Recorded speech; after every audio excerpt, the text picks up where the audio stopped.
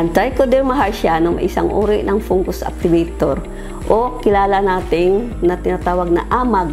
Ito ay pure culture na pinatutubo sa agar oatmeal medium. Ito ay kaibigan at kapaki-pakinabang na amag. Ang mga benepisyo ng Trichoderma ay tumutulong sa halaman para mapataas ang pagsipsip sa sustansya sa lupa. Pinapabilis rin ang pagpakabulok ng iba pang organic matter sa lupa. Pinapahaba rin at pinapadami ang mga ugat.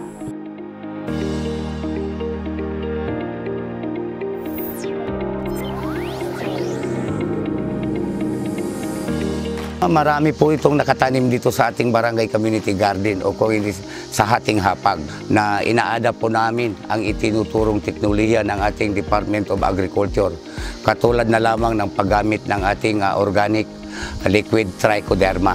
Ito po ang aming ginagamit dito bilang pataba at ito yung aming system of application ay 10 days interval. Nag-apply na naman kami.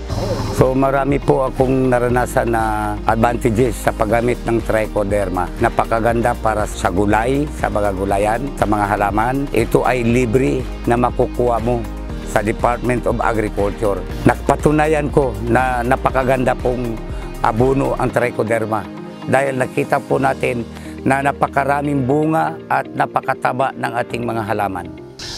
Para sa akin, para sa aking mga kabarangay at mga karatig barangay sa bayan ng Ruhas, tinatawagan ko ang inyong mga presensya na sa inyong pag-engage sa gulayan. Ini-introduce ko po na yung gamitin po natin bilang pataba ay yung ating trichoderma dahil nasubukan ko na po dito sa Barangay Salvacion at napakaganda pong abono ang ating trichoderma. Ang amin pong pinagkakagamitan talaga ngayon ng trichoderma ay yung aming baboy, yung amin pong sagingan, ang amin pong ibang mga prutas. Katulad po ng suha, kalamansi, yan po. Napakaganda po pinakita ng trichoderma sa amin pong mga alagang baboy dahil nakikita po namin yung lusog ng aming mga alagang baboy at ang aming mga saging po ay talagang ang gaganda po ng kanilang mga bunga.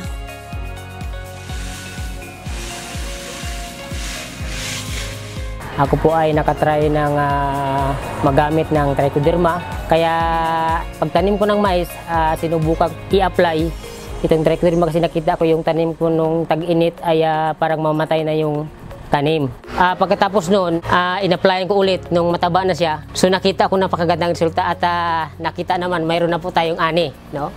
So yung harvest ko doon sa in-applyan ko ay nasa 109 sacks. So 70 kilos yung laman ng sako.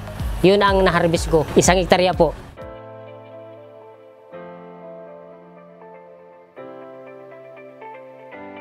So, sinimulan ko po ito ng first cropping ng 2019. Maganda po ang dinulot nito sa aking pananim. Kagaya po nung dati na hindi ko pa gumagamit ng trichoderma, ang ginagamit ko po na abono ay ang mga kimikal. Maganda sa trichoderma, halos hindi siya inaatake ng mga pisti. Parang mayroon siyang kategory rin na panlaban sa mga pisti.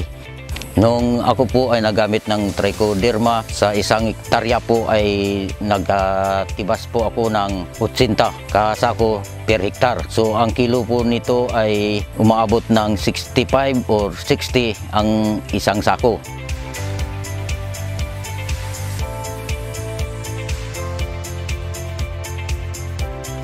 Nakakatulong po ang trichoderma do sa aking pananim. Hindi lang po sa pamamagitan ng kanyang mapipindog na bunga, kundi ito po ay nakakabawas din po sa paggamit ko ng mga chemical na abono. Mas mabilis po ang paglaki ng palay kumpara doon sa hindi pa po ako gumagamit ng trichoderma.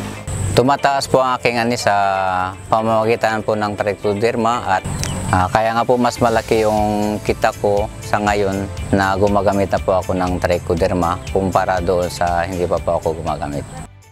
Ini-encourage ko po kayo na magamit po kayo ng trichoderma para sa ganun ay minus gastos. Yun ang pinakamagandang naitulong sa amin ng taga-DA, yung trichoderma na makatulong sa aming magsasaka.